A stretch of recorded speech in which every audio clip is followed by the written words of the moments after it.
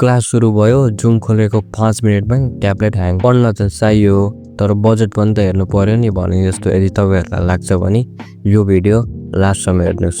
आज म तपाईहरुलाई देखाउँदैछु बेस्ट 3 वटा बजेट ट्याब्लेट जसले चाहिँ तपाईको स्टडीमा एकदमै हेल्प गरिन्छ र तपाईको लागि पर्फेक्ट पनि हुनेछ र सस्तो पनि। चाहे तपाई स्कुलमा पढ्नुहुन्छ, कलेजमा पढ्नुहुन्छ या अनलाइन पढ्नुहुन्छ, यी ट्याब्लेटहरुले चाहिँ तपाईको स्टडीलाई चाहिँ एकदमै इजी र इफेक्टिभ बनाउँछ। कुरा गरौँ यो भिडियोको पहिलो ट्याबको बारेमा जुन चाहिँ छ Redmi Pad AC भन्ने। यसको प्राइसको कुरा गर्नुपर्दा तपाईलाई नेपाली एप्रोक्स 21000 पर्न जान्छ।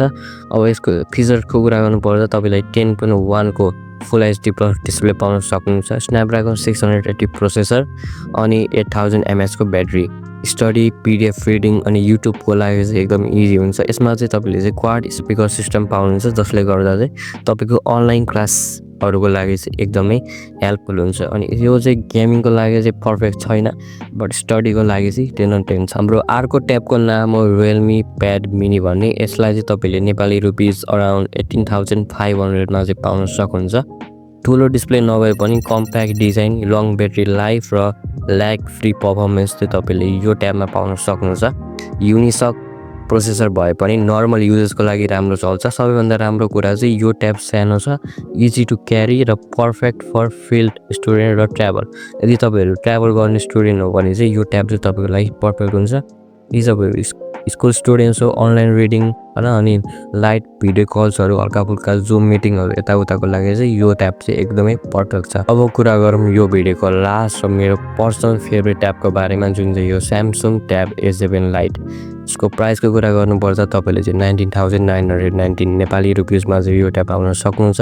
Samsungको ट्रस्टेड क्वालिटी 8.7 इन्चको कम्प्याक्ट डिस्प्ले, डल्बी स्पिकर्स अनि One UI एक्सपिरियन्स अनि स्मुथ एन्ड रिलायबल चाहिँ यो ट्याब रहेको छ। क्यामेरा पनि डिसेन्ट छ अनलाइन क्लासहरुको लागि। सफ्टवेयर अपडेट पनि Samsungले राम्रो दिन्छ। यसको डिस्प्लेको कुरा गर्नुपर्दा चाहिँ यसको डिस्प्ले चाहिँ अति नै बवाल छ। यतिको बजेटमा यतिको ट्याब पाउनु भनेको एकदमै राम्रो हो।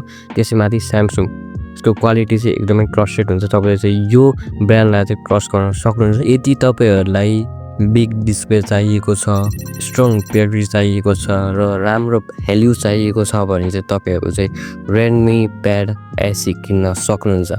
यदि तपाईहरुलाई हैन मलाई डिस्प्ले थुरु चाहिन्न, मलाई डिस्प्ले कम्प्याक्ट भए पुग्छ, मेरो बजेट पनि लो छ र मलाई एउटा पोर्टेबल ट्याब चाहिएको छ भन्नुहुन्छ भने चाहिँ तपाईहरु चाहिँ Realme Pad Mini तिर चाहिँ जान सक्नुहुन्छ।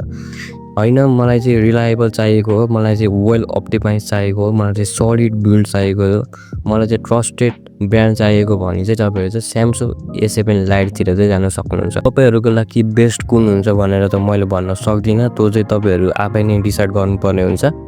यो तपाईहरुको यो कन्फ्युजन चाहिँ मेटियो होला। तपाईले चाहिँ कुन ट्याब किन्ने भनेर चाहिँ तपाई फिक्स हुनुभयो होला।